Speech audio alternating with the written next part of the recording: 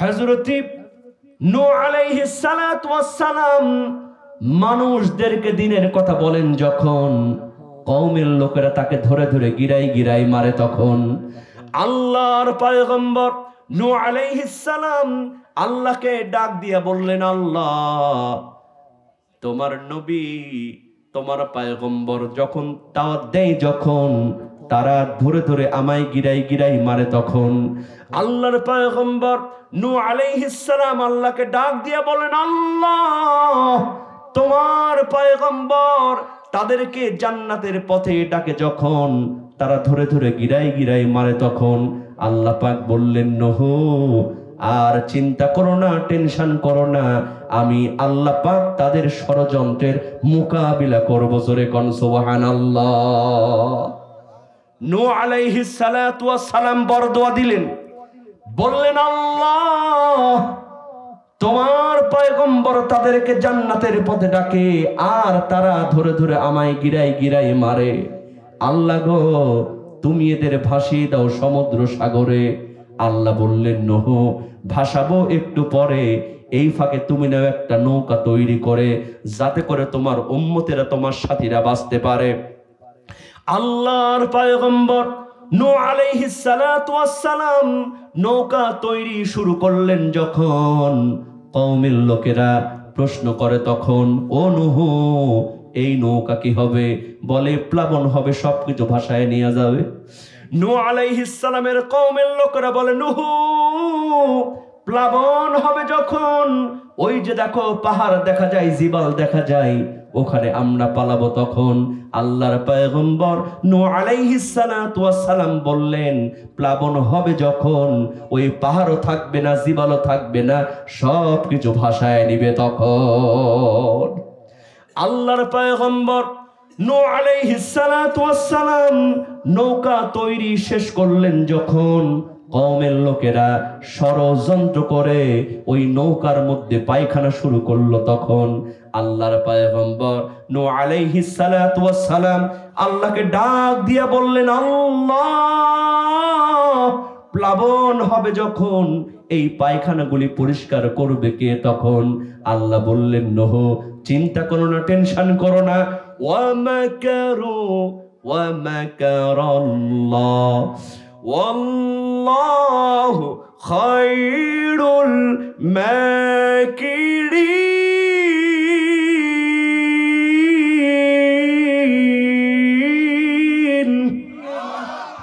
ও নূহ, ষড়যন্ত্রের ঘুড়ি ওরাই ওরা, রশি কিন্তু আমি আল্লাহর হাতে ধরা।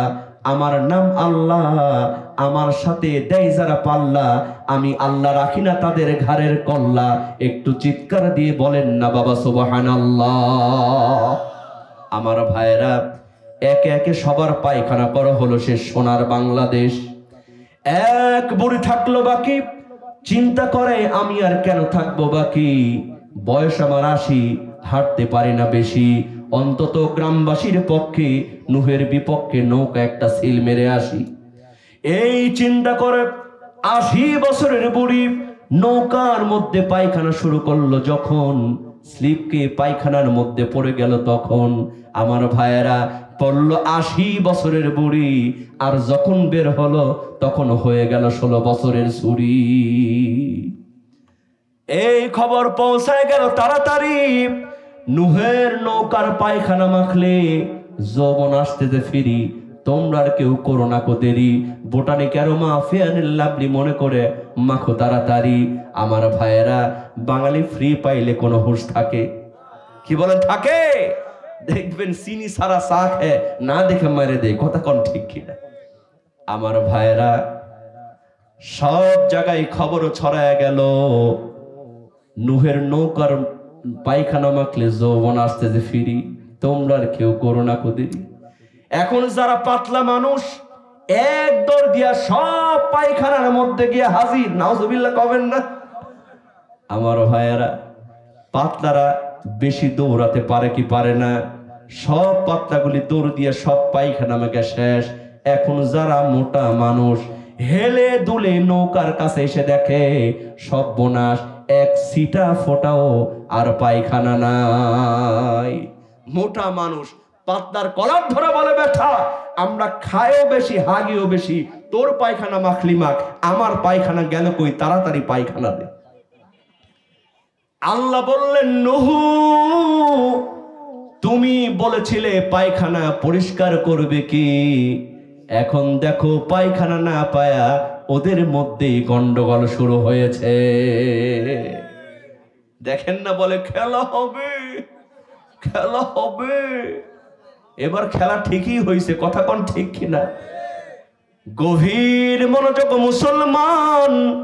আল্লাহ বললেন নূহ ওরা আমার সাথে বেয়াদবি করেছে ডিজিটাল কায়দায়, আমি আল্লাহ ওদের সাইজ করলাম ফিজিক্যাল কায়দায়।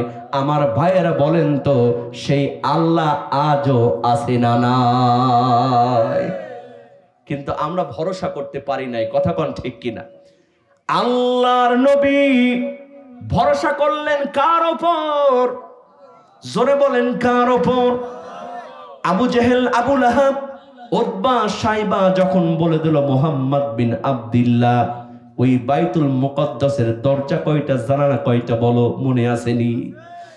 আল্লাহর নবী এক আল্লাহর উপরে ভরসা করলেন। সঙ্গে সঙ্গে জিবরিল আমিন এসে বললেন নবী চিন্তা করবেন না, টেনশন করবেন না, ওই বাইতুল মুকদ্দাসের ভিডিও, ওই বাইতুল মুকদ্দাসের ছবি এভাবে আপনার সামনে আমি ধরি, আপনি দেখে দেখে গুনে গুনে বলে দেন বাইতুল মুকদ্দাসের কয়টা দরজা, কয়টা জানালা, জোরে কোন সুবহানাল্লাহ। আমার ভাইয়েরা আবু জেহেলের খেলা কিন্তু শেষ, ঠিক কিনা বলেন? কষ্ট হচ্ছে আপনাদের? আসলে এত অল্প মানুষের সামনে ওয়াজ আমার লাইফে করছে কিনা আল্লাহ ভালো জানে, এই বছরে করি নাই। কষ্ট হচ্ছে? আর মাত্র 10টা মিনিট কষ্ট হবে। আমার ভাইয়েরা এখন বলেন তো ওই আবু জেহেলের উত্তর শরীরা আজও আছে না নাই? ওরা আমাদের সামনে প্রশ্ন করে যে মহাকাশ সপ্ত আসমান পেরিয়ে আল্লাহর নবীজি সশরীরে কেমনে গেলেন, প্রশ্ন আছে না নাই? আমার ভাইয়েরা আল্লাহর নবীজি ওই বাইতুল মুকদ্দাসের 2 রাকাত নামাজ পড়ে আমার ভাইয়েরা বলেন তো মেরাজ করেছিলেন, সেই যানবাহনের নামটা কি ছিল জানেন আপনারা? বুরাক। এটা হলো গাধার চাইতে বড়, ঘোড়ার চাইতে ছোট। বারকুন শব্দের অর্থ হলো বিদ্যুৎ গতি। কি বিদ্যুৎ? বর্তমান মেডিকেল সায়েন্স বলছে কোন যানবাহন সেকেন্ডে 1,86,000 মাইল বেগে যদি যেতে পারে তাহলে আরশ, কুরসি, সপ্ত আসমান সবকিছু, সূর্য, চন্দ্র, গ্রহ, নক্ষত্র পেরিয়ে যাওয়া তার কাছে কোনো ব্যাপার না। অথচ এই আবু জেহেলের উত্তরসূরি তারা বলে এই পৃথিবীর চাইতে সূর্য বড়। কত গুণ বড় বলেন তো? 13 লক্ষ গুণ বড়। কত গুণ? মুখস্থ করেন, কত গুণ? 13 লক্ষ গুণ বড়। বিজ্ঞানীরা মনে করলো এর চাইতে বড় আর কিছু নাই। তারা গবেষণা করে বের করলো পৃথিবীর চাইতে 13 লক্ষ গুণ বড় সূর্য। এই সূর্যের চাইতে লক্ষ লক্ষ কোটি কোটি গুণ বড় বড় এক একটা তারকা রয়েছে। জোরে কোন সুবহানাল্লাহ। এই যে মহাকাশ, এর মধ্যে কতগুলি তারকা আছে বিজ্ঞানীরা বলছেন আটলান্টিক মহাসাগরের বালিকণা যদি কখনো গুনে গুনে একটা একটা করে শেষ করা যায়, এই মহাকাশের মধ্যে কতগুলি তারকা আছে গুনে কোনোদিন শেষ করা যাবে না। জোরে কোন সুবহানাল্লাহ। ইহুদি খ্রিস্টানরা কোরআন নিয়ে গবেষণা শুরু করলো। আমরা মুসলমান কোরআন পড়তে পারি না, কিন্তু ইহুদি খ্রিস্টানরা কোরআন নিয়ে গবেষণা আছে না নাই? তারা এই কোরআনের মধ্যে পেয়ে গেল ফালা উকসিমু বিমাওয়াকিন নুজুম, শপথ সেই স্থানের যেখানে তারকা সমূহ নিপতিত হয়। জোরে কোন সুবহানাল্লাহ। তার মানে হলো যেই পৃথিবীর চাইতে সূর্য বড়, সূর্যের চাইতে লক্ষ কোটি কোটি গুণ বড় তারকা, আল্লাহ বলছেন শপথ ওই স্থানের যেখানে তারকা সমূহ নিপতিত হয়। তার মানে ওই তারকা গুলির চাইতে আরো বড় গ্রহ নক্ষত্র আছে না নাই? তারা গবেষণা শুরু করলো। এরপরে তারা পেয়ে গেল এমন একটা নক্ষত্রের নাম, সেটার নাম হলো ব্ল্যাক হোল। কি নাম?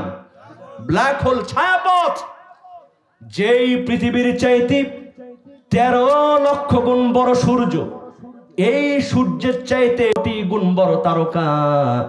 এই তারকা ঘুরতে ঘুরতে যখন ব্ল্যাক হোলের রেঞ্জের মধ্যে চলে আসে, ছোট্ট বাচ্চারা যেমন করে চকলেট মুখের মধ্যে দেয়, মুহূর্তের মধ্যে চকলেট চুষে শেষ করে ফেলে দেয়, ওই ব্ল্যাক হোল এরকম লক্ষ কোটি কোটি গুণ বড় তারকা, লক্ষ কোটি কোটি তারকা খেয়ে মুহূর্তের মধ্যে শেষ করে দেয়। এই যে সূর্য, এই সূর্যের যে একটা গ্যাস আসে, এই গ্যাসের নাম হলো স্পাইকোষ। জোরে বলেন, নাম কি? স্পাইকোষ। বিজ্ঞানীরা বলছে এই গ্যাস যদি কোনোদিন পৃথিবীতে আসে, সমস্ত পৃথিবী পুরো সারকার হয়ে যাবে। সুবহানাল্লাহ কবেন না? কিন্তু লক্ষ্য করে দেখা গেল এই যে স্পাইকোষ গ্যাস পৃথিবীর দিকে আসতেছে, আবার আল্লাহ পাকের কি মহিমা, আবার বিপরীত দিকে তার চাইতে অনেক স্পিডে সূর্যের দিকে ফিরে যাচ্ছে। জোরে কোন সুবহানাল্লাহ। তাহলে এই স্পাইকোষ গ্যাস, এই যে প্রচন্ড তাপ, এগুলো উপেক্ষা করে আল্লাহর নবী কেমনে সশরীরে গেলেন জানার দরকার আছে না নাই? আজকে আপনাদের সামনে প্র্যাকটিক্যাল প্রমাণ আমি দিয়ে দিব। এই যে আমার দিকে তাকান, আমার দিকে তাকান। এখানে একটা যদি মোমবাতি জ্বালানো হয়, মোমবাতি জ্বালানোর পরে মোমবাতির আগুনের উপর দিয়ে যদি হাত এরকম নাড়ানাড়ি করেন, আপনার হাতে কি কোনো তাপ লাগবে? কথা বলেন বাবা, হাতে কি তাপ লাগবে? কিন্তু যদি আগুনের উপরে এরকম করে ধরে থাকেন, তাহলে আপনার আঙ্গুলটা পুড়ে যাবে। কথা কোন ঠিক কিনা? কিন্তু আঙ্গুল যদি নাড়ানাড়ি করেন, আঙ্গুল কি পুড়বে? তার মানে হলো ওই আগুনের দহন ক্ষমতার চাইতে আপনার আঙ্গুলের স্পিডটা অনেক বেশি ছিল। সুবহানাল্লাহ কবেন না? পৃথিবীর যত, মহাকাশের যত গরম গরম যত পদার্থ আছে, তার চাইতে ওই বরফের স্পিডটা অনেক বেশি ছিল। এজন্য আল্লাহর নবীর কোনো ক্ষতি হয় নাই। জোরে কোন সুবহানাল্লাহ। ঠিক একটা বিশাল বড় বরফ, এই যে ফ্রিজের মধ্যে যখন আপনারা হাত দিয়ে কিছু বের করেন, কোনো ক্ষতি হয়? তো ফ্রিজের মধ্যে যদি হাত ঢুকাইয়া রাখেন, থাকতে পারবেন? তার মানে হলো আপনি যখন বের করে নিচ্ছেন, ওই ফ্রিজের ঠান্ডার চাইতে আপনার হাতের স্পিড বেশি থাকে। কথা কোন ঠিক কিনা? কিন্তু হাতটা যখন ঢুকায় দিবেন, হাতটা কি হবে? বরফ হয়ে যাবে, থাকতে পারবেন না। এজন্য আল্লাহর নবী যে ঠান্ডা উপেক্ষা করে গেছেন, ওই ঠান্ডার চাইতে ওই বারকুন বুরাকের স্পিড অনেক বেশি ছিল। জোরে কোন সুবহানাল্লাহ। আর বিজ্ঞানীরা বলেই দিয়েছেন যে কোন বস্তুর স্পিড যদি 1 লক্ষ সেকেন্ডে 1,86,000 মাইল হয়, এই মহাকাশ পাড়ি দিয়ে কোনো ব্যাপার নয়। জোরে কোন সুবহানাল্লাহ। তাহলে বুঝতে পারলাম ওই বারকুনের স্পিড অনেক বেশি থাকার কারণে আল্লাহর নবীজির গায়ের একটা লোমও পোড়াতে পারে নাই। জোরে কোন সুবহানাল্লাহ। এখন প্রশ্ন হলো, আল্লাহর নবীজি আসলেন, আসার পরে দেখলেন ওই বদনার পানি এখনো পড়তেছে, দরজার কড়া এখনো নড়তেছে। এর ব্যাখ্যা জানার দরকার আছে না নাই? বাজান, বিন্দু মাত্র যদি সন্দেহ হয় যে আল্লাহর নবী সশরীরে মেরাজ করেন নাই, আমাদের ঈমান থাকবে? আমরা সবাই বিশ্বাস করি, আমাদের কাছে যুক্তির দরকার নাই। কথা কোন ঠিক কিনা? আমরা যুক্তি ছাড়াই বিশ্বাস করি। কিন্তু এটা বলতেছি ওই ইহুদি খ্রিস্টানদের জন্য, নাস্তিক মুরতাদদের জন্য। কথা কোন ঠিক কিনা? আল্লাহর নবী এসে দেখলেন সেই বদনার পানি এখনো গড়ে গড়ে যাচ্ছে, আর দরজার করে এখনো নড়তেছে। এর কারণটা কি শুনে রাখেন। আপনারা সবাই ঢাকা শহরে কেউ কি কোনোদিন গেছেন?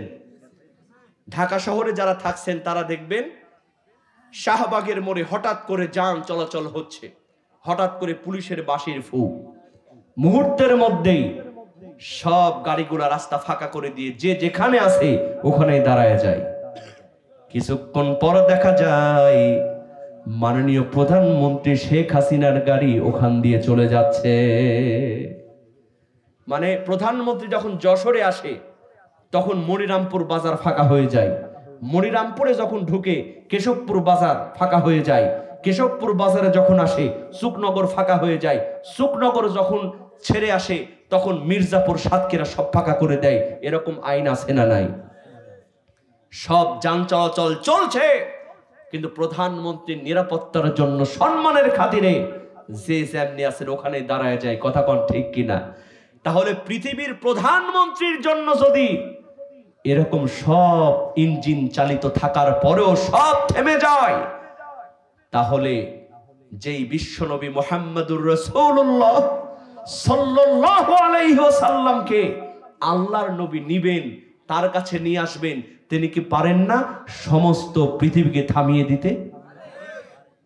বিশ্বাস করেন মুসলমান, আল্লাহর নবী মেরাজ করেছেন, আল্লাহর সঙ্গে দেখা করে আবার দুনিয়াতে আসছেন।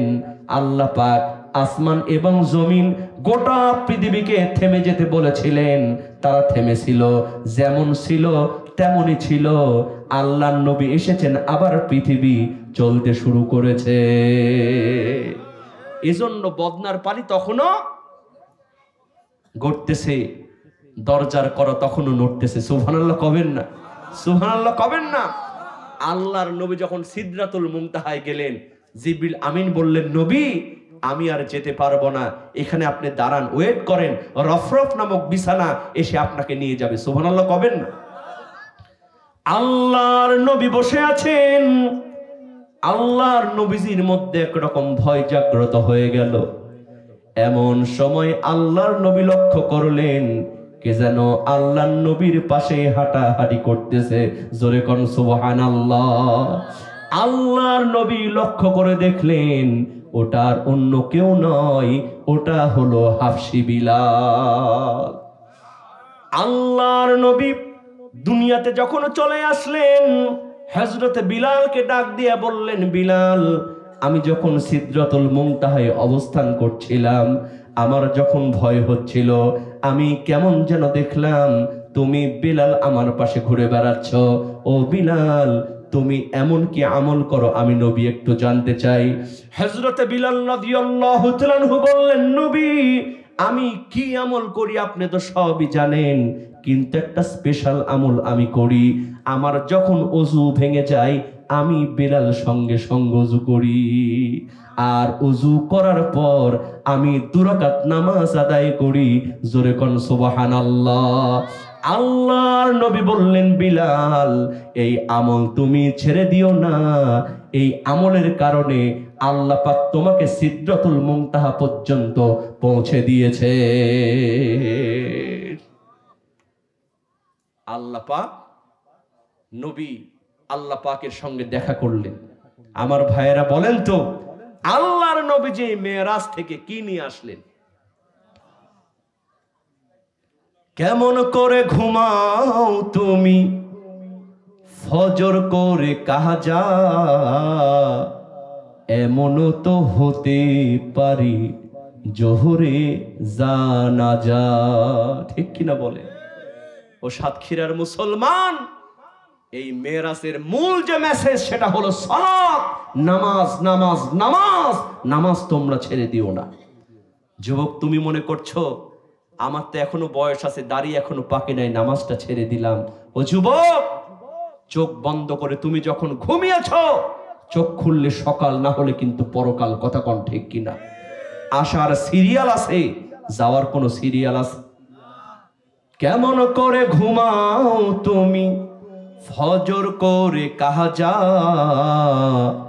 এমনও তো হতে পারি জোহরে জানাজা।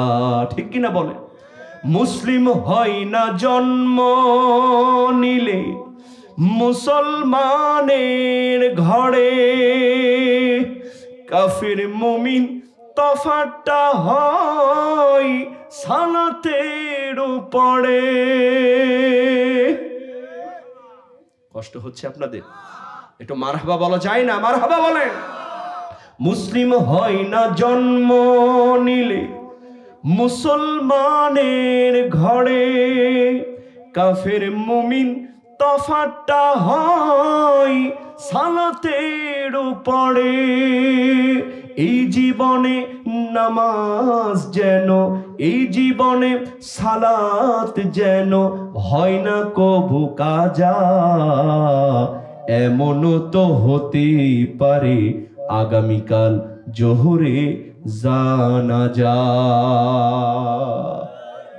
বাজান, এই মেরাজ আমরা শিখলাম, জানলাম, আমরা নামাজটা পড়তে রাজি আছি তো? মেরাজের মূল শিক্ষা আমরা পালন করতে রাজি আছি তো? বিশ্ব নবীজি বলেছেন, আস-সালাতু মিরাজুল মুমিনিন, আমি জীবনে একবার মেরাজ করেছি, কিন্তু আমার ইমানদার বান্দারা তারা যখন নামাজে দাঁড়ায় দিনে 5 বার আল্লাহর সঙ্গে মেরাজ করে। সুবহানাল্লাহ কবেন? আমরা সবাই কি নামাজ পড়তে রাজি আছি? সবাই দুহাত তুলে আল্লাহকে দেখায় দেন, বলেন আল্লাহ, এই রজব মাসে, এই মেরাজের মাসে তোমার কাছে ওয়াদা করছি, যেখানেই থাকি, যেভাবেই থাকি, 5 ওয়াক্ত সালাত আদায় করব।